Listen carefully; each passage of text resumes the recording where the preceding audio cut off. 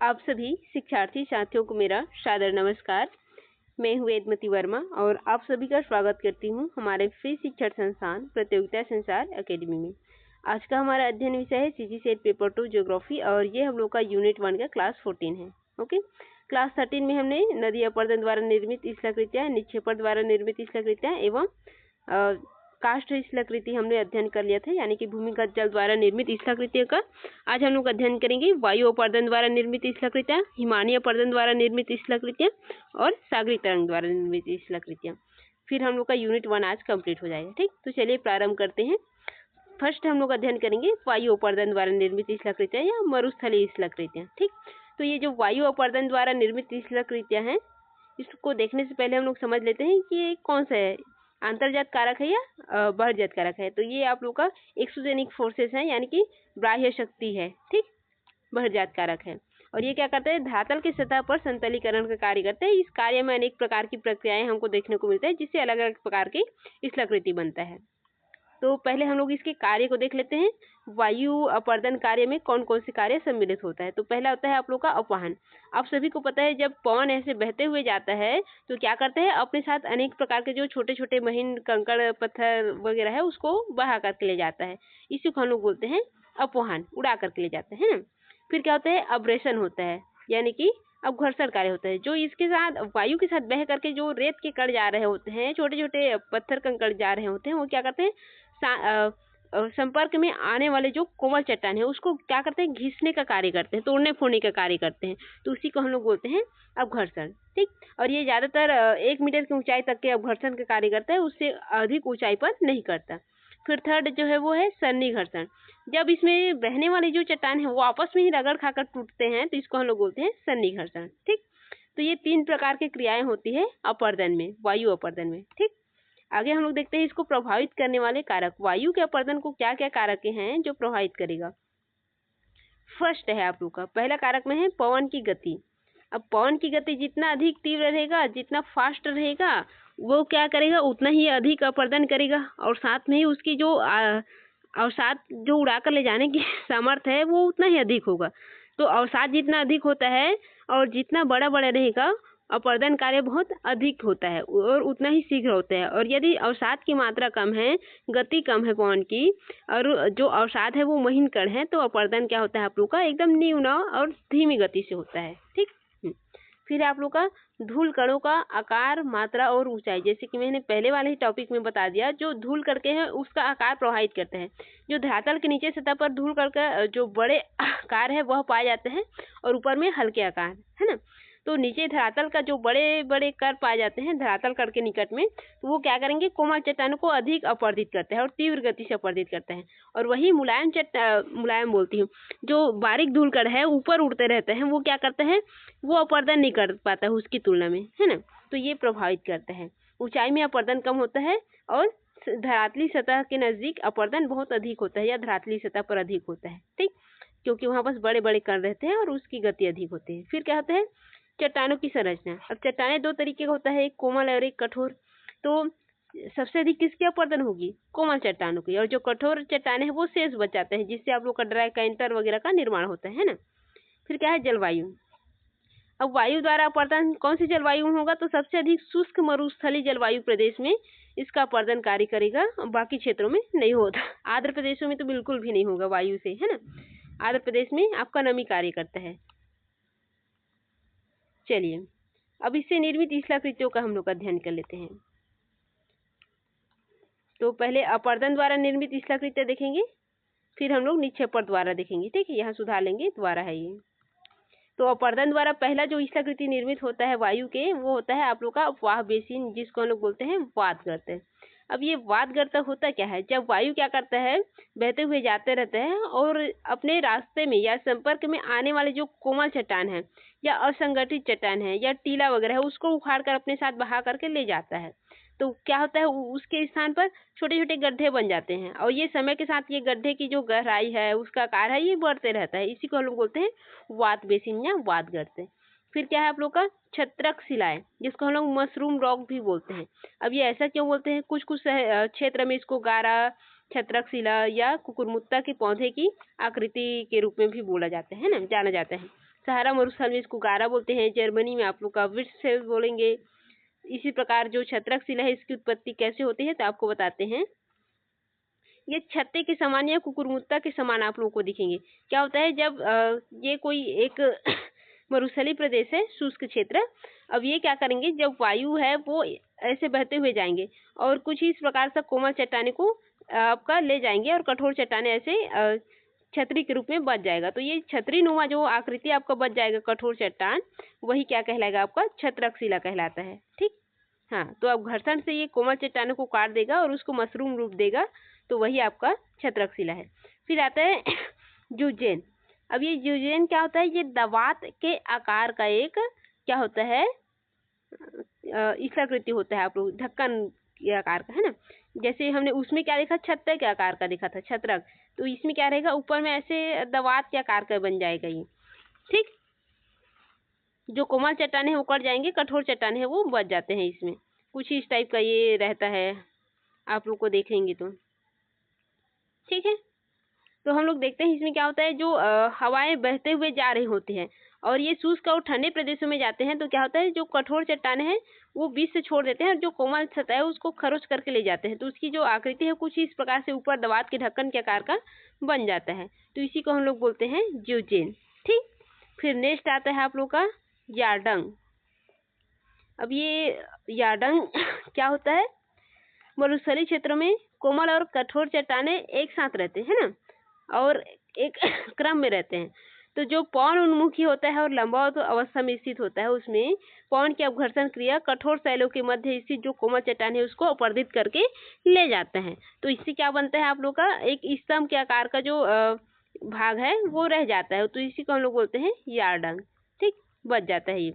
तो ये इसकी जो ऊपरी सतह है वो क्या बोलते हैं, ढक्कन के आकार का न होकर के समतल रहता है, तो इसको हम लोग यार्डंग बोलते हैं। और ऊपरी सतह यदि ढक्कन के आकार का हो जाता है तो उसको हम लोग बोलते हैं ज्यूजेन। ठीक, तो इतना ही फर्क है। इसका आकार समतल होता है, पार्श्व होता है ऊपर जो है वो, और बीच में नली टाइप का रहता है, और ज्यूजेन में उसका आकार दवात की तरह होता है। ठीक, फिर है आप लोग का इंसेलबर्ग द्वीपगिरी। तो इसको द्वीपगिरी के नाम से नहीं, इंसेलबर्ग के नाम से एग्जाम में पूछा गया है। अब ये क्या होता है, जब रेगिस्तान में आप लोग देखते हैं, रेगिस्तान में कोमल चट्टानों को उड़ा करके ये ले जाता है और बीच में बच जाते हैं कुछ कठोर चट्टाने ऐसे टीले के रूप में बच जाते हैं, तो इसी टीले के रूप में बचे कठोर चट्टान को हम लोग इंसेलबर्ग बोलते हैं, है ना। फिर आगे देखते हैं, आगे आप लोग का आता है भूस्तंभ। अब ये भूस्तंभ क्या होता है, जो कोमल चट्टानों को काटने के बाद उसमें क्या होता है, इस प्रकार के स्तंभ के आकार का आपको कठोर चट्टान शेष रहते हैं, उसी का हम लोग बोलते हैं भूस्तंभ। ठीक, फिर क्या होता है आप लोग का त्रिकोणी का। जब आप लोग देखते हैं शुष्क प्रदेश में जो कोमल चट्टानों के अपवर्तन के परिणाम स्वरूप जब चट्टानों का जो रूप होता है वो चतुष्फलक नुमा हो जाता है ना, जो यहाँ पर इस रूप में है स्तंभ के रूप में, वो कुछ ही इस टाइप के चतुष्फल के आकार में हो जाते हैं, तो इसी को हम लोग बोलते हैं त्रिकोटि का। ठीक, फिर क्या आता है वायु खिड़की। एक लंबे समय में जब कोई कोमल चट्टान है उसके आसपास को ऐसे काट करके चला जाएगा और बीच बीच में भी ये पतलेपन होने की वजह से ऐसे छिद्र हो जाएंगे, ये थोड़ी लंबी प्रोसेस होता है। फिर उसी को हम लोग बोलते हैं वायु खिड़की, क्योंकि ये मुलायम जो कोमल चट्टान है बीच बीच के उसको काट करके ले जाता है, तो उसमें छेद बन जाता है, छिद्र बन जाते हैं अनेक। ठीक, तो ये हो गया अपवर्तन द्वारा निर्मित स्थलाकृतियां। अब हम लोग देखेंगे इसमें निक्षेपण द्वारा निर्मित स्थलाकृतियां। ठीक, चलिए अब निक्षेपण द्वारा निर्मित स्थलाकृति में पहला है तरंग चिन्ह। अब ये तरंग चिन्ह क्या होता है, जब पवनें बहती है तो जैसे पवनें बहती है जिस दिशा में बहती है उस दिशा में हम लोग को क्या मिल जाते हैं, एक ऐसे इस प्रकार का मार्ग टाइप का बन जाता है, उसी मार्ग को हम लोग बोलते हैं तरंग चिन्ह। यानी कि जैसी लहर जिस गति से पवन जाएगा और जिस दिशा में जाएगा उसी दिशा में एक मार्ग टाइप का हम लोग को देखने को मिल जाते हैं। जैसे पानी बह के जाता है तो उसके पानी के जो रास्ते हैं उसमें हम लोग को अलग से पता चल जाएगा कि यहाँ पानी बह के गया है, वैसे ही जिस रास्ते में पवन उठता है उस रास्ते में हम लोग को कुछ इस प्रकार का लहर नुमा चिन्ह देखने को मिलता है, यही होता है तरंग चिन्ह। ठीक, फिर नेक्स्ट है आप लोग का सैंड डेंस, यानी कि बलुका स्तूप वगैरह। तो ये बलुका स्तूप क्या होता है, जब पवन अपने साथ जो रेत के बारीक कण बालू के कण लेके आते हैं उसको क्या करते हैं स्तूप के रूप में जमा देते हैं, चाहे वो लंबवत हो या आप लोग के क्षैतिज रूप में हो, जमा देते हैं तो उसको हम लोग बोलते हैं बलुका स्तूप, है ना। अब ये बलुका स्तूप जो है वो अलग अलग टाइप का होता है। पहला आप लोग देखेंगे तो अनुप्रस्थ या समकोणीय हो जाएगा। ये क्या होता है, अवरोध के रूप में होता है, यानी कि ये क्या रहेगा, ऐसा रहेगा। यदि यहाँ से पॉइंट जा रहा है तो ये क्या रहेगा, इसमें ऐसे अनुप्रस्थ रहेंगे, यानी कि 90 डिग्री में रहेगा, समकोण रहेंगे, और ये अवरोध का रूप, अवशिष्ट के रूप में कार्य करेगा। ठीक, हाँ। फिर क्या होता है दूसरा, अनुदैर्ध्य। ये क्या रहेगा, आपके पौन की दिशा में रहेगा। जैसे ये पौन के समकोण में है, अवशिष्ट काम कर रहा है, अवरोध का काम कर रहा है, लेकिन ये वाला क्या करेगा, अवरोध का काम नहीं करेगा, उसको रास्ता दे देगा। ये क्या रहेगा, ये पौन जा रहा है तो ये इसी दिशा में ऐसे बनेगा, सामने को ऐसा कुछ ढाल रहेगा, इधर आप लोग का ऐसे बनेगा। ठीक, तो इसी को हम लोग बोल देते हैं अनुदैर्ध्य बोल देते हैं। ठीक है, रेखिक स्तूप भी हम लोग इसको बोल देते हैं। फिर क्या आता है आप लोग का नेपखा स्तूप। अब ये नेपखा, तो फिर हम लोग देखते हैं नेपखा स्तूप। नेपखा स्तूप क्या होता है, बीच पवन के मार्ग में कोई पवन इधर बहते हुए जा रहा है ना, तो पवन के मार्ग में कोई वनस्पति वगैरह आ गया तो क्या हो जाएगा, वनस्पति के किनारे और या उसके पत्ते वगैरह में ये क्या होता है, जम जाते हैं। तो इसी को हम लोग बोलते हैं नेपखा स्तूप। नाखून की आकृति का दिखने लग जाता है। जैसे आपके गांव में देखेंगे, आपके गांव में भी कहीं वायु तूफान वगैरह आता है और कहीं पेड़ पौधे होते हैं, पेड़ पौधे में आप लोग के यहाँ जो पैरे वगैरह होते हैं वो जाकर के ऐसे छत्ते की तरह बन जाता है, और सामने से देखने पर वो नाखून की तरह देखते रहते हैं। एक हम लोग कुछ ऐसे देखते हैं, ये पेड़ पौधा लगा हुआ है, तो पीछे से यदि इधर से हवा आते हैं तो ये पेड़ पौधे में ऐसे लिटका हुआ दिखता है, तो इसे हम लोग बोलते हैं नेपखा। ठीक, फिर क्या होता है आप लोग का बरखान। अब ये बरखान क्या होता है, एक विशिष्ट प्रकार का अनुप्रस्थ बलु का स्तूप है, अर्धचंद्राकार होता है। ये क्या रहेगा, ये पौन है तो इसी दिशा में ये आपका ऐसा रहेगा, इसका आकृति। ठीक, इसको हम लोग बोलते हैं बरखान। चलिए आगे बढ़ते हैं हम लोग लोएस की ओर। अब ये लोएस का है, ये महीन बारीक कण है। ठीक, जब क्या करते हैं, जो पवन है अपने साथ छोटे छोटे महीन बारीक कण को उड़ा करके लेके आके किसी स्थान पर जमा देते हैं, तो इसी को हम लोग बोलते हैं लोएस। चीन के मैदान में देखना आप लोग, लोएस मिट्टी पाया जाता है, जो मंगोल के जो मरुस्थल है वहां से उड़ा करके ला जाते हैं, और वो क्या होता है, बहुत ही उपजाऊ होता है। ठीक, हाँ। अर्जेंटीना में भी देखते हैं, यूएसए में भी मिलता है आपका ये जो निक्षेप है वो। ठीक है, चलिए, तो ये हो गया आप लोग का मरुस्थलीय क्षेत्र में, आप लोग देख लिए पवन द्वारा। अब जल द्वारा इसी मरुस्थलीय या अर्ध मरुस्थलीय क्षेत्र में कुछ शिलाकृति बनते हैं, जिसमें से एग्जाम में हमेशा पूछा जाता है, तो इसको भी हम लोग देख लेते हैं। ठीक, जल द्वारा मरुस्थल या अर्ध मरुस्थलीय क्षेत्र में बनने वाले शिलाकृति, जिसमें आप लोग का क्या, बालसन, प्लाया, बजादा, पेडिमेंट, ये सब देखते हैं ना, वो वाला है ये। तो पहला आपका जो शिलाकृति जो बनता है वो है उत्खात शिलाकृति, बेडलैंड। ये आपको पूछा गया है अभी यूजीसी नेट जून वाले में 26 में। ठीक, चलिए, अब ये बेडलैंड या उत्खात शिलाकृति हम लोग देखते हैं। तो ये क्या होता है, ये अर्धशुष्क या रेगिस्तानी भागों में परतदार शैलों के जो स्तर है उसमें क्रमशः एक दूसरे से दूर बट जाने की वजह से बनता है ना। ये बट हो जाएगा, बटने से होता है ऐसा निर्माण जो है वो। और ये क्या होता है, असंतुलित वर्षा के कारण होता है। ठीक, असमय असंतुलित वर्षा के कारण होता है। छोटी छोटी जलधाराएं बन जाती है, जिसके द्वारा अपरदन जो कार्य है वो गहरी घाटियां बन जाती है। ठीक, चलो मैं इसको आपको थोड़ा अलग से समझाती हूँ। क्या होता है, ये आपका मरुस्थलीय क्षेत्र है, यहाँ पर आप लोग का क्या है, ये नदी ऐसे अलग अलग धाराओं में बह करके आते रहते हैं, छोटी छोटी धाराओं में। छोटी छोटी धाराओं में आएंगे तो यहाँ पर ऐसे गड्ढे बनाते जाते हैं। जो गड्ढे बनाते जाते हैं तो वो क्या होता है, एक प्रकार का खोर टाइप का आपको दिखने लग जाता है, जो बहुत ही उबड़ खाबड़ हो जाता है। यहाँ कठोर चट्टान बच जाएंगे, यहाँ खोर टाइप का एक गड्ढा बन जाएगा, कोमल चट्टान या प्रतीत होगा, तो इसी को हम लोग बोलते हैं उत्खात भूमि या बेडलैंड बोलते हैं। ठीक, इसमें अनेक छोटे छोटे घाटी बन जाएंगे, कटक बन जाएंगे, या शिखर का आकृति बन जाएगा, उबड़ खाबड़। ठीक, तो यही है आपका बेडलैंड या उत्खात शिलाकृति।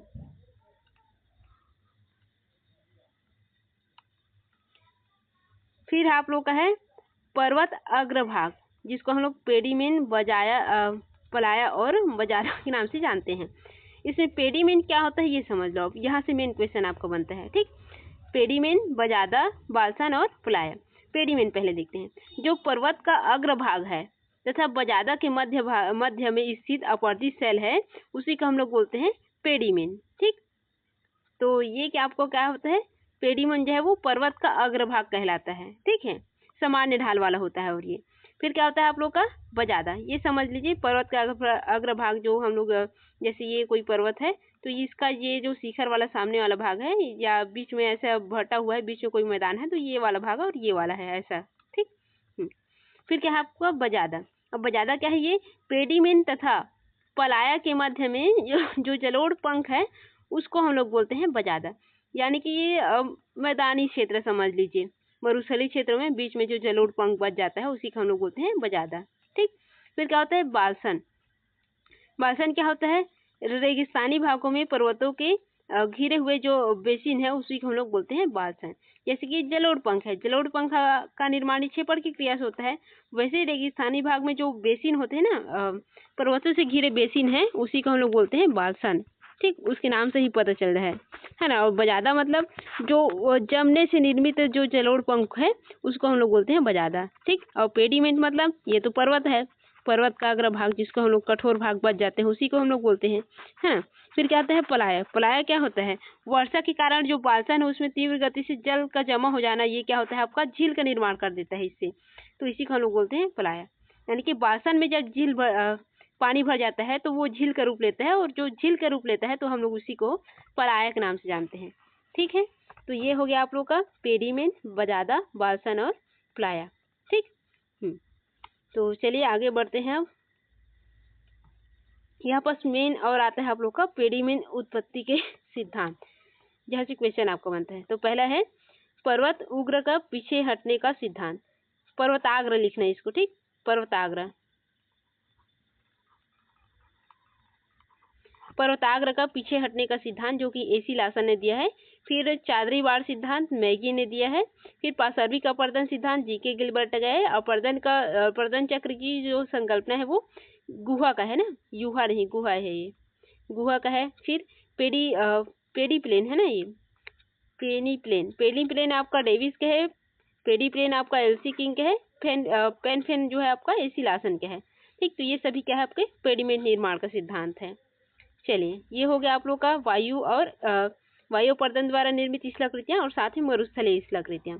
अब हम लोग आगे देखते हैं हिमानी पर्दन द्वारा निर्मित शिलाकृतियां और निक्षेपण द्वारा निर्मित शिलाकृतियां, ठीक। तो चलिए देखते हैं जो हिमानी है वो क्या है। तो हिमानी जो है वो गतिशील विशाल बर्फ का एक पिंड है समझ लीजिए, है ना, मास है वो क्या करता है, ग्रेविटी की वजह से क्या होता है, ढाल वाले स्थानों पे बहता है नदी की तरह, उसी को हम लोग बोल देते हैं हिमनद, ठीक। अब ये हिमनद हो गया। फिर हिमरेखा होता है। हिमरेखा क्या होता है, यह समुद्र तल से निश्चित ऊंचाई पर प्राप्त वह क्षेत्र है जहाँ पर निचली सीमा से इंगित करता है हिमनद। उसके ऊपर जाएंगे तो हम लोग को हमेशा हिम का आवरण देखने को मिलेगा। यानी कि ये आपका नदी है और इधर आपका क्या है, कोई पर्वतीय क्षेत्र है, और हम लोग देखते हैं कि ये जो यहाँ तक के आने के बाद हम लोग को जैसे ही ऊपर जाएंगे तो यहाँ पर हम लोग को पूरा क्या मिलेगा, बर्फ ही बर्फ मिलेगा। इससे नीचे हम लोग को पिघली हुई ऐसा, तो यहाँ से जो हम लोग को बर्फ ही मिलेगा, तो ये क्या है हम लोग का हिम रेखा कहलाता है, ठीक। चलिए अब हम लोग देख लेते हैं पहले हिमनद के प्रकार। वैसे तो हिमनद के प्रकार से क्वेश्चन नहीं आता, मेन आता है उसकी शिलाकृति से, फिर भी जानकारी के लिए देख लेते हैं। तो पहला जो होता है वो हिमटोपी हिमनद होता है। ये क्या होता है, पर्वत की चोटियों पर स्थित जो हिम चादर है वो क्या होता है, हिम टोपी की तरह दिखता है हम लोग को, है ना। ये आपका पर्वत है, ऊपर में आप लोग को हिम की जो चादर देखने को मिलेगा वो हिम टोपी की तरह तो दिखेगा ही, है ना, इसी को हिम टोपी बोलते हैं। फिर महाद्वीपीय हिमनद, ये विशाल सघन बर्फ के आवरण होते हैं, जैसे अंटार्कटिका वगैरह हो गया, तो मैदान भी क्षेत्र रहेगा, फिर भी उसमें बर्फ का आवरण ही रहेगा ध्रुवीय क्षेत्रों में, तो ये आपका महाद्वीपीय हिमनद है। फिर पर्वत या घाटी हिमनद, आप लोग देखते हैं जो ऊंची पर्वत जैसे हिमालय है, हिमालय के ऊपरी क्षेत्र में आप लोग देखेंगे आप लोग को क्या मिलेगा, पर्वतीय हिमनद आप लोग को देखने को मिल जाएगा, है ना। तो ये है आप लोग का पर्वतीय हिमनद। और घाटी भागों में यदि हम लोग को अधिक ठंडी होने की वजह से या ढलान की खिसकने की वजह से क्या होता है, हिम देखने को मिलता है, तो घाटी हिमनद कहलाता है। फिर है गिरिपद हिमनद, ये क्या होता है, पर्वतीय भागों में कई सारे हिमनद जो है वो अभिसरण के कारण या सम्मिलन के कारण क्या होता है, नव विस्तृत क्षेत्र में बदल जाता है, जिसको हम लोग गिरिपद या पर्वतीय पदीय हिमनद बोलते हैं, ठीक। अलास्का वगैरह में ये देखने को मिलता है हम लोग को, जो ऊंची पर्वतीय क्षेत्र है वहाँ पर, ठीक। फिर क्या होता है, हिमनद की गति देखते हैं। जो हिमनद है वो क्या होता है, गतिशील होता है, और ये क्या होता है, तली भाग अपेक्षाकृत सतह पर अधिक होता है। हम लोग देखते हैं जो हिमनद का वो गति है वो सतह पर अधिक होता है और ऊपरी भाग में कम होता है। ठीक, और क्या होता है, हिमनद का जो मध्य भाग है वो किनारे की अपेक्षा में तेज गति से बहता है और किनारे वाला भाग है वो टकराते टकराते अवरोध की वजह से धीमी गति से जाता है। ठीक, हाँ, अब हम लोग मेन कार्य देखते हैं इसके। अपरदनात्मक शिलाकृतियाँ, हिमालय पर्दन द्वारा निर्मित शिलाकृतियाँ। तो पहला रहता है आपका हिमगह्वर या सर्क, जिसको हम लोग बोलते हैं। अब हिमगह्वर या सर्क जो है वो क्या होता है, इसको आराम कुर्सी के नाम से भी जानते हैं और ये पर्वत की जो पार्श्व भाग है उसमें निर्मित होता है। कटोरे नुमा इसकी शिलाकृति होते हैं या अर्धवृत्ताकार इसका शिलाकृति होते हैं। जैसे कि ये कोई पर्वत है तो यहाँ पर आप लोग को आगे या पीछे कहीं पर आप लोग को क्या दिखेंगे, अपर्दन की वजह से कुछ ऐसा आकार, कटोरे आकार का बन जाएगा शिलाकृति, है ना। तो इसी का हम लोग बोलते हैं सर्क, हिमगह्वर। ठीक, और इसके किनारे जो है वो खड़ी ढाल का रहेगा ना, इस टाइप का। ठीक है।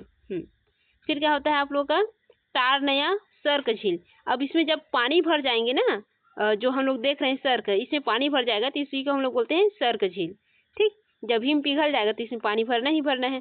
फिर क्या होता है दर्रा या विभाजक पात्र। अब ये क्या होता है, जब दो सर्क क्या होते हैं, दो सर्क के मध्य भाग में जो मध्य भाग है उसमें क्या होता है, जो घोड़े की काठी के आकार की जो आकृति बन जाती है उसी को हम लोग बोलते हैं विभाजक। जैसे कि एक ही यहाँ हो गया और एक यहाँ पर आप लोग का सर्क बन जाएगा, तो बीच में ये क्या है, घोड़े की काठी आकार का ये बन गया शिलाकृति, इसी को हम लोग बोल देते हैं जल विभाजक। ठीक, और यहाँ पर आप लोग के विभिन्न प्रकार की जो गतिविधियां हैं वो होती हैं फिर, है ना। चलो नेक्स्ट है आप लोग का वर्ग श्रृंग। अब ये वर्ग श्रृंग क्या होता है, जब हिमनद ऊपरी भाग से जो सर्क के खड़े ढाल है उसके सहारे सर्क में प्रवेशित करता है तो ऊपरी भाग में हिमनद का एक गहरी गर्त बन जाता है, क्रेक विकसित हो जाता है। तो इसी को हम लोग क्या बोलते हैं, वर्ग श्रृंग। यानी कि ये पर्वत है और यहाँ पर आप लोग का सर्क बना हुआ है, इस सर्क में क्या हो जाएगा, जब ये आएगा तो यहाँ पर से कुछ दरार बन जाते हैं, तो इसी दरार को हम लोग बोलते हैं वर्ग श्रृंग। ठीक है। फिर है तीक्ष्ण कटक या अरेत। अब ये अरेत क्या होता है ये देख लेते हैं। अरेत क्या है, ये फ्रांसीसी शब्द है और इसका अर्थ होता है तीव्र ढाल या तीव्र ढाल वाले किनारे। जब पर्वतीय भाग में क्या होता है, कोई पहाड़ी के दोनों ओर यानी कि सर्क के परस्पर एक दूसरे के समीप आने लगते हैं तो उनका मध्यवर्ती भाग क्या हो जाता है, अपर्दित हो जाता है और नुकीला हो जाता है। तो इस प्रकार जो कंघीनुमा आकृति बनता है उसी को हम लोग बोलते हैं आरेत। जैसे कि ये क्या है, कोई पर्वतीय क्षेत्र है, अब इसमें ऐसे सर्क बन गए हैं, इधर भी सर्क बन गए हैं, तो ये क्या हो जाएंगे, इसकी जो आकृति है वो कुछ इस प्रकार कंघीनुमा बन जाता है। यानी कि मैं सीधे कहूँ तो ये कुछ इस प्रकार का बन जाएगा, है ना। सर्क आपस में आके मिलते जाएंगे तो इसी को हम लोग बोलते हैं तीक्ष्ण कटक या अरेत। फिर है यू आकार की घाटी। जहाँ बस आप लोग का हिमनद बहता है तो वहाँ पर क्या होता है, आप लोग का नीचे का जो क्षेत्र है वो थोड़ी चौड़ी घाटी टाइप का चौरस हो जाता है ये ऐसे, तो ये आप लोग का यू आकार की घाटी कहलाता है ऐसे देखने पर, है ना। फिर क्या होता है लटकती घाटी, हैंगिंग वॉल। ये क्या होता है, जब कई बार क्या होता है, जो हिमनद की मुख है उसी घाटी के जो तल है उसके ऊपरी भाग वाले क्षेत्र से जो सहायक हिमनद है वो गिरता है, मिलता है उससे आकर के, तो वो हमको दूर से देखने पर लटकती घाटी की तरह दिखता है ना। ये मुख्य हिमनद है और यहाँ उसके सहायक हिम जो है वो आकर के ऐसे गिरेंगे इस पर ऊपर से, तो ये हम लोग को लटकती घाटी की तरह दिखेगा दूर से। ठीक, फिर है आप लोग का हारनया गिरिश्रृंग। अब ये हारनया गिरिश्रृंग क्या होता है, जब पहाड़ी भागों में किसी पहाड़ी के ढालों पर दो से अधिक हिमनद क्या होते हैं, चारों तरफ से सर्क बनाते हैं। यानी कि ये कोई पहाड़ी है, यहाँ पर सभी ओर से, आगे पीछे सभी ओर से सर्क बनाएंगे, तो इसमें क्या होगा, सर्कों के ऊपरी भाग जो है वो पिरामिड की आकृति का हो जाता है और छोटी सी चोटी बच जाती है उसमें। ठीक है, इसी को हम लोग बोलते हैं हारनया गिरिश्रृंग। ठीक, यानी कि इधर पूरा बन गया है आप लोग का सर्क और बीच में ऐसे टीला बच गया है, तो उसी का हम लोग बोलते हैं गिरिश्रृंग या हारना। फिर क्या होता है हिमानी सोपान। अब आप लोग को पता है हिमानी सोपान जो है वो दैत्य आकार यानी कि बड़े आकार का होता है, क्योंकि दूर से देखने पर ये बहुत ही डरावना दिखेगा। जब आप लोग का हिमानी नीचे आता है तो ये क्या हो जाता है, कोमल चट्टानों के अपर्दन के कारण सीढ़ीनुमा आकार ले लेता है, इसी को हम लोग बोलते हैं हिमानी सोपान। ठीक, फिर है आप लोग का पेटरनास्टर झील। अब ये क्या होता है, झीलमाला भी इसको हम लोग बोलते हैं। जो हिम सोपान है उसमें जो भृगु के पास गहरे गर्त बने रहते हैं, है ना, जो कठोर चट्टान है उसके पास गहरे गर्त बने रहते हैं, उसमें क्या होता है, हिम के पिघलने से जल भर जाता है, तो इसी को हम लोग बोलते हैं पेटरनास्टर झील। ठीक, पेटरनास्टर इसको लिख देना, पेटरनास्टर, पेटरनास्टर, ठीक, पेटरनास्टर झील। ठीक, तो ये क्या होता है, जो हिम सोपान हम लोग अभी देखे हैं ना, ये हम लोग का हिम सोपान वाला क्षेत्र है। तो ये हिम सोपान वाला जो क्षेत्र है, तो इसमें गहरे गर्त बन जाते हैं, इसमें क्या हो जाएगा, जब जल भर जाएंगे हिम के पिघलने से, तो इसी को हम लोग बोलेंगे झीलमाला या पेटरनास्टर झील। ठीक, फिर है आप लोग का रिवन लेक। अब ये रिवन लेक क्या होता है, जो हिमनद घाटी के विभिन्न विखंडन की वजह से, शैलों के टूटने फूटने की वजह से बेसिन का निर्माण होता है, इसी को हम लोग बोलते हैं रिवन लेक, जब इसमें पानी भर जाता है तो। ठीक, फिर क्या है, मेष शिलाएं, रॉक मोटान्स, ये क्या होता है, अब घर्षण और उत्पाटन की वजह से जो हिमालय का सम्मुख ढाल है उसके सामने वाला ढाल है वो क्या हो जाता है, चिकना और सपाट हो जाता है, इसी को हम लोग बोलते हैं मेष शिलाएं। ठीक है, चलो फिर क्या होता है आप लोग का श्रृंग और पूछ।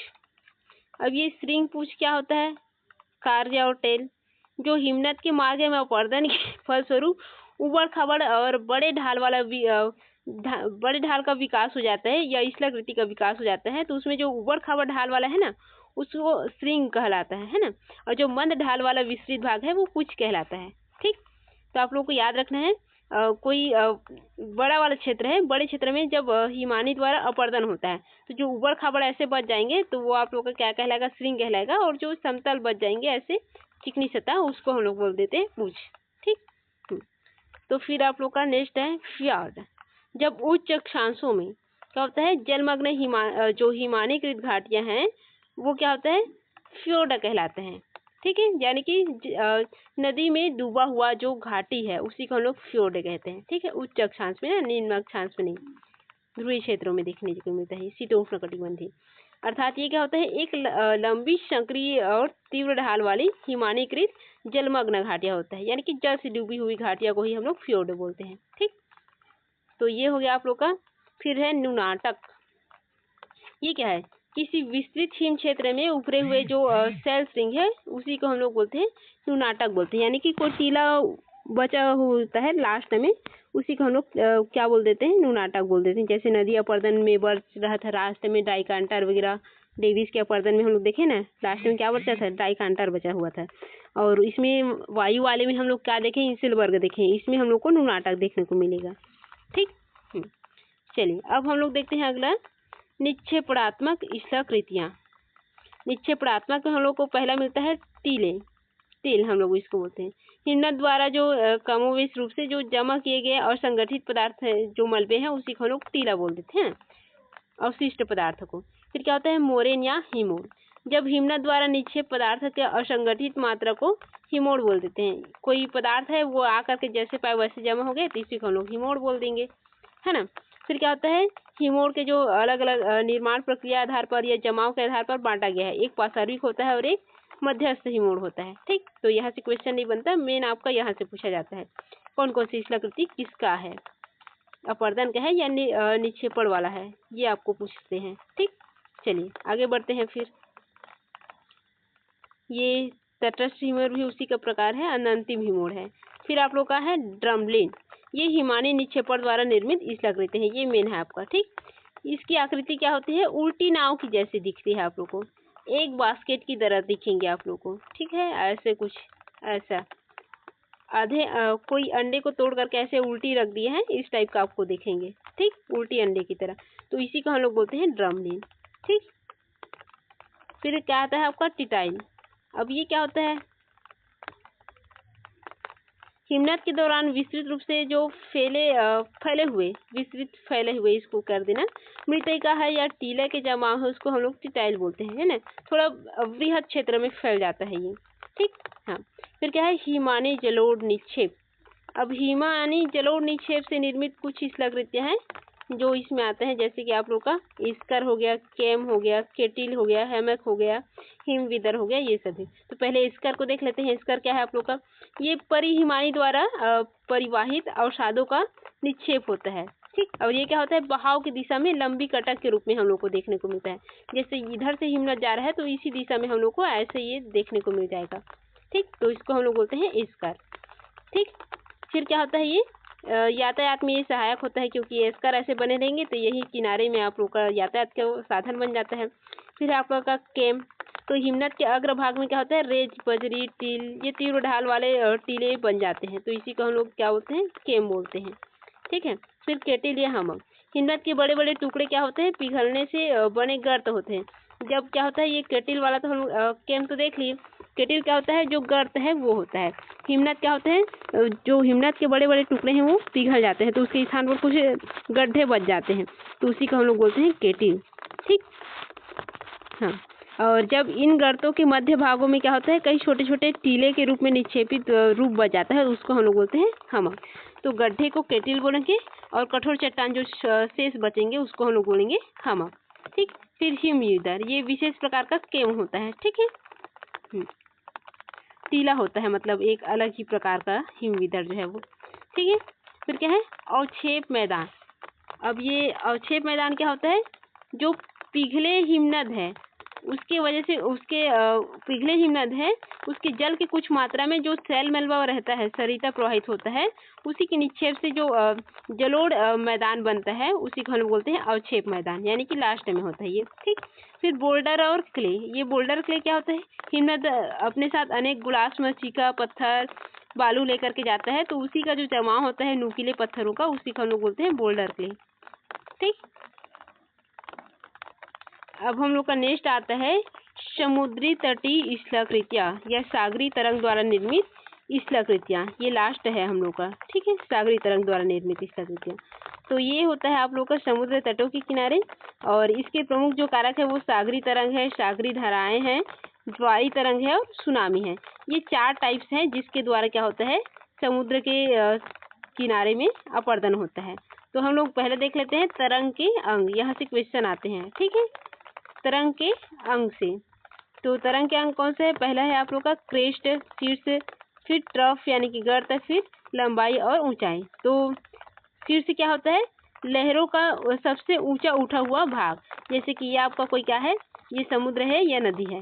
अब इसमें क्या हो जाएगा, लहर जो है ऐसे आकार के उठता है, आप लोग देखे हैं, है ना। तो ये जो ऊपर उठा हुआ भाग है इसी को हम लोग बोलते हैं क्रेस्ट या शीर्ष। अब ये नीचे आया हुआ ये जो भाग है ऐसे करके, इसको हम लोग क्या बोलते हैं, गर्त बोलते हैं। अब उसकी लंबाई और ऊंचाई ये देख लीजिए, तो लहरों की जो लंबाई और ऊंचाई है वो जल की गहराई को बताता है। ठीक, और पवन वेग और जल के विस्तार पर आधारित होता है। ये कैसे होता है, पहले हम लोग समझ लेते हैं, जल की लंबाई को पहले देखते हैं। दो शीर्षों के बीच में जो या दो गर्तों के बीच में जो 36 दूरी होती है, जैसे कि एक ये बना एक बना, इसमें जो 36 दूरी है ये वाला, इसी को हम लोग बोलेंगे लहर की लंबाई, है ना। अब ये क्या होता है, एक जो गर्त, एक गर्त और एक शीर्ष है आपका, इसमें एक गर्त एक शीर्ष बना हुआ है ना।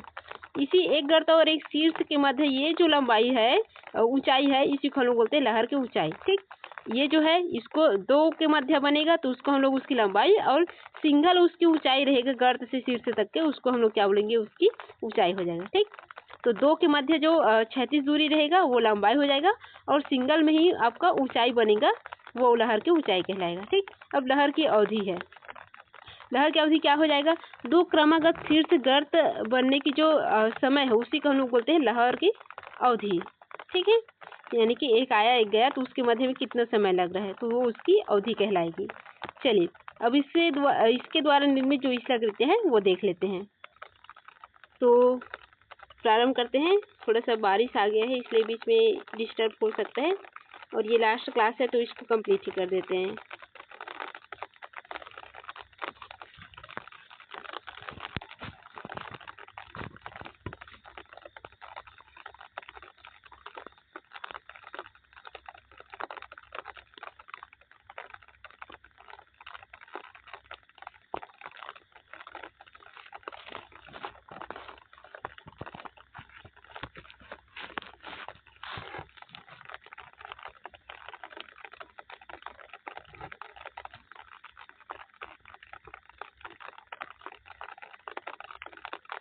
चलिए, तो पहला है आप लोग का अपरदन से निर्मित स्थलाकृतियाँ। ठीक, तो पहला है आप लोग का भृगु, जिसको हम लोग बोलते हैं क्रीक। तो ये सागरी लहरें जब तट में क्या होते हैं, प्रहार करते हैं या उससे आकर के टकराते हैं, तो निचले भाग में क्या होता है, कटाव होता है। और निचले भाग में कटाव के कारण क्या होता है, वहाँ पर से एक खांचा बन जाता है, जिसको हम लोग भृगु या क्लिप बोलते हैं ना। जैसे कि ये क्या है, आपका सागर तट के किनारा है, तो ये लहर ऐसे आके पड़ रहा है, तो यहाँ पर से क्या बन जाएगा, ऐसे टाइप का बन जाएगा। इसी गड्ढे टाइप का बनेगा, जो आकृति बनेगा, खांचा बन जाएगा, इसी को हम लोग भृगु बोल देते हैं।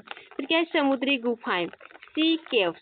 क्या होता है, सागरों की लहरें की वजह से तटीय के कटाव के कारण क्या होता है, जो कठोर शैलें हैं वो कमजोर शैलों को कठोर शैलों के नीचे जो कमजोर शैल होते हैं वो क्या होता है, कटा करके बहा ले जाते हैं। तो उसके नीचे क्या हो जाता है, एक गुफा का आकार बन जाता है। तो इसे हम लोग बोलते हैं सी कैव्स। ये बहुत लंबी हो जाता है, कई किलोमीटर का रहता है ना।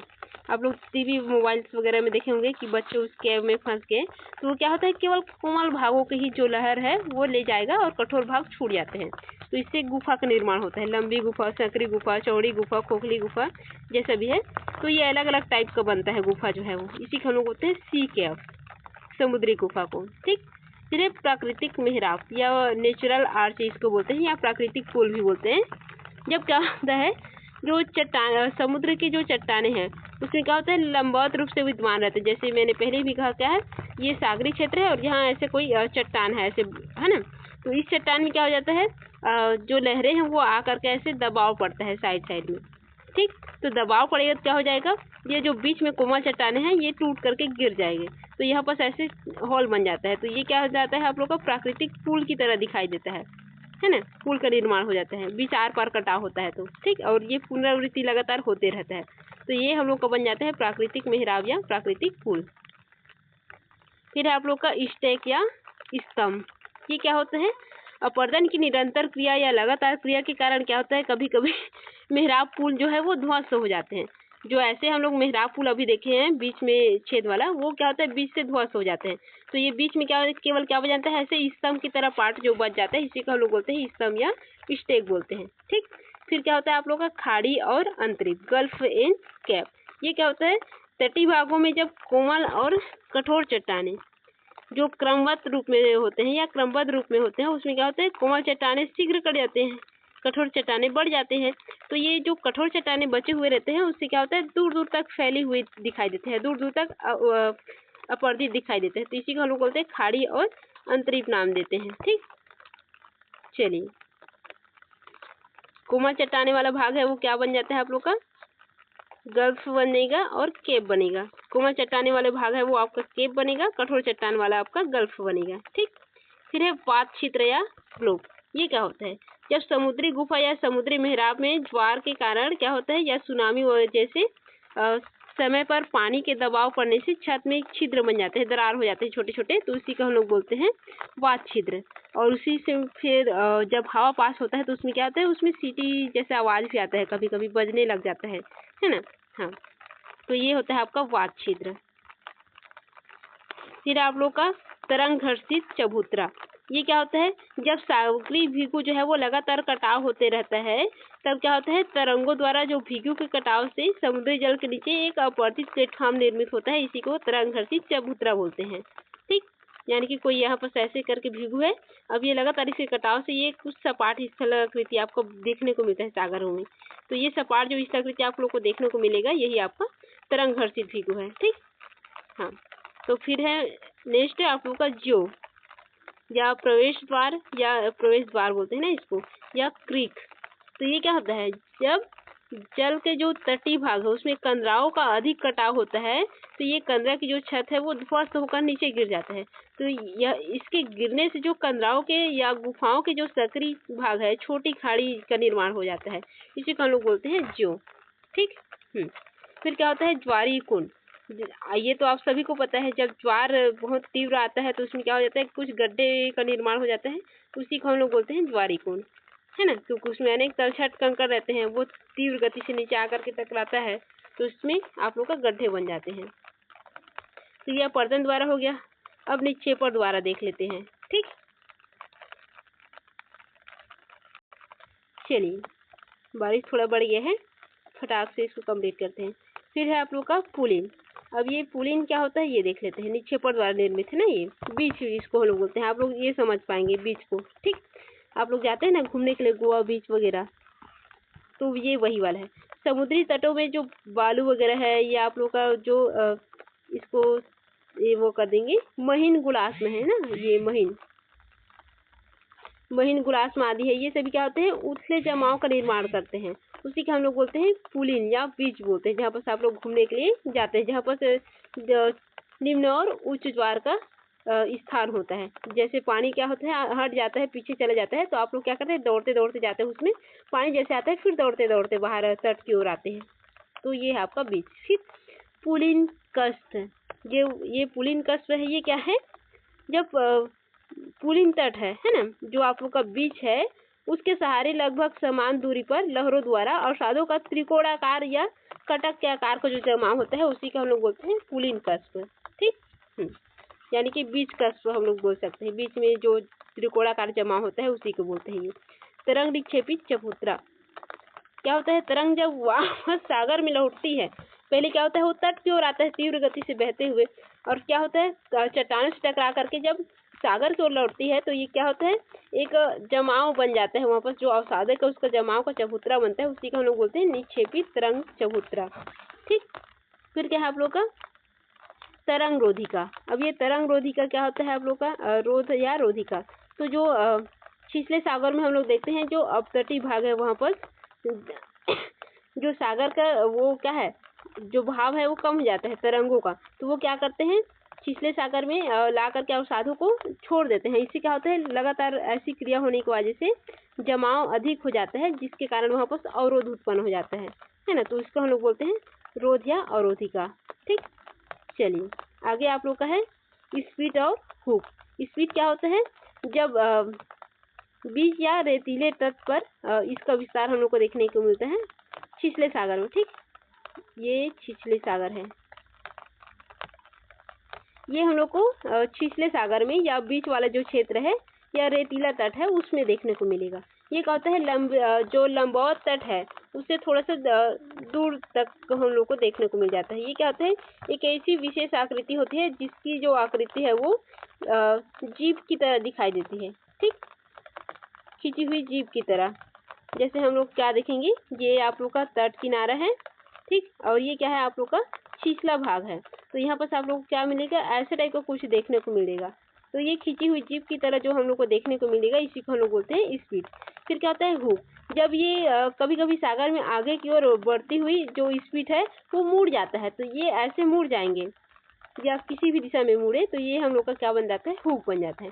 फिर क्या है लूप या छल्ला, जब ये रोधिका है, रोधिका क्या हो जाएगा अत्यधिक मुड़ जाता है तो इसी को हम लोग बोलते हैं लूप या छल्ला। यानी कि जो हम लोग ये हुक देख रहे हैं ये यदि अधिक मुड़ जाएगा ऐसे तो इसको हम लोग लूप या छल्ला के नाम से जानेंगे, ठीक। फिर क्या है संयोजक रोधिका। अब ये क्या होता है ये जो रोधिका है ये निरंतर निक्षेप के कारण क्या हो जाता है आपस में विस्तृत होकर के मिल जाते हैं, तो इसी को हम लोग बोलते हैं संयोजित रोधिका।